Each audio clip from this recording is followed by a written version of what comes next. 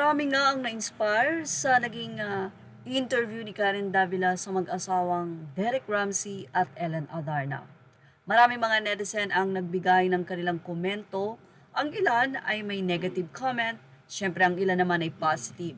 So mixed reaction nga, especially nang tanungin ni Karen Davila kung ano yung nag-push kay Derek Ramsey na pakasalan na si Ellen. Ayon kay Derek Ramsey, alam ko na hindi lang pera ang habol niya sa akin. She's a great ma'am, check. She's beautiful, check. She's not cheating, she will not cheat on me, check. So, iyan yung mga bagay o qualification na naramdaman na ni Derek Ramsey na ito na ang babaeng pakakasalan ko in 3 months. Well, say daw ng magulang niya, we love Ellen, but why so fast? So sabi naman ni Derek Ramsey sa dinami-dami ng kanyang relasyon, ngayon lang siya nakapagdesisyon na magpakasal. Anyway, ilang mga netizen ang nagsabi kay Derek na ibig sabihin ba nito ay nararamdaman mo na ang ibang girlfriend mo ay pera lang ang habol sa'yo? Ang ina ni sinasabi na mas mayaman pa nga si Ellen kesa sa'yo. Actually, sinagot nga ni Derek Ramsey yan at sinabi niya, okay, I'm poor and Ellen is rich. Happy ka na?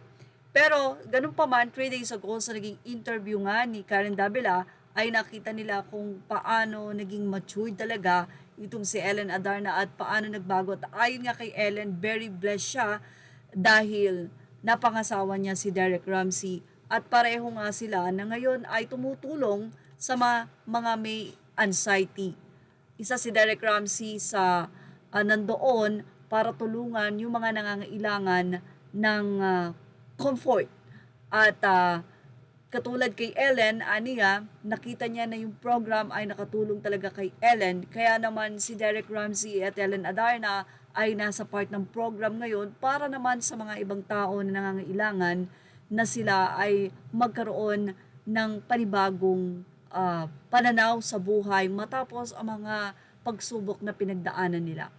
Well, sa mga comment section ng YouTube channel ni Karen Davila ay halos magaganda ang naging komento rito. Maliban na nga lang sa nasabi nga pong bakit pinakasalan ni Derek Ramsey si Ellen ay dahil ngayon yun sa kanya ay alam niyang hindi pera ang habol. Dahil mayaman din si Ellen Adarna. Well, parang masakit nga daw ito sa mga ex nitong si Derek Ramsey, especially kay Andrea Torres, na huli niyang naging ex bago niya pinakasalan si Ellen Adarna. Well, ilan na sa mga netizen sinabing that peace is in a temporal, Miss Ellen.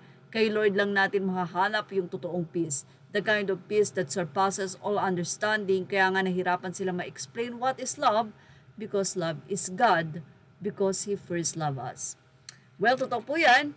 Nahirapan nga i-explain ni Ellen Adarna ang love kasi aniya love is so many things and Derek Ramsey naman love is everything. Well, ano ang masasabi niyo about dito? Ilagay na ang inyong opinion sa ating comment section. Images are all credit to the rightful owners. Thank you for watching Showbiz Now.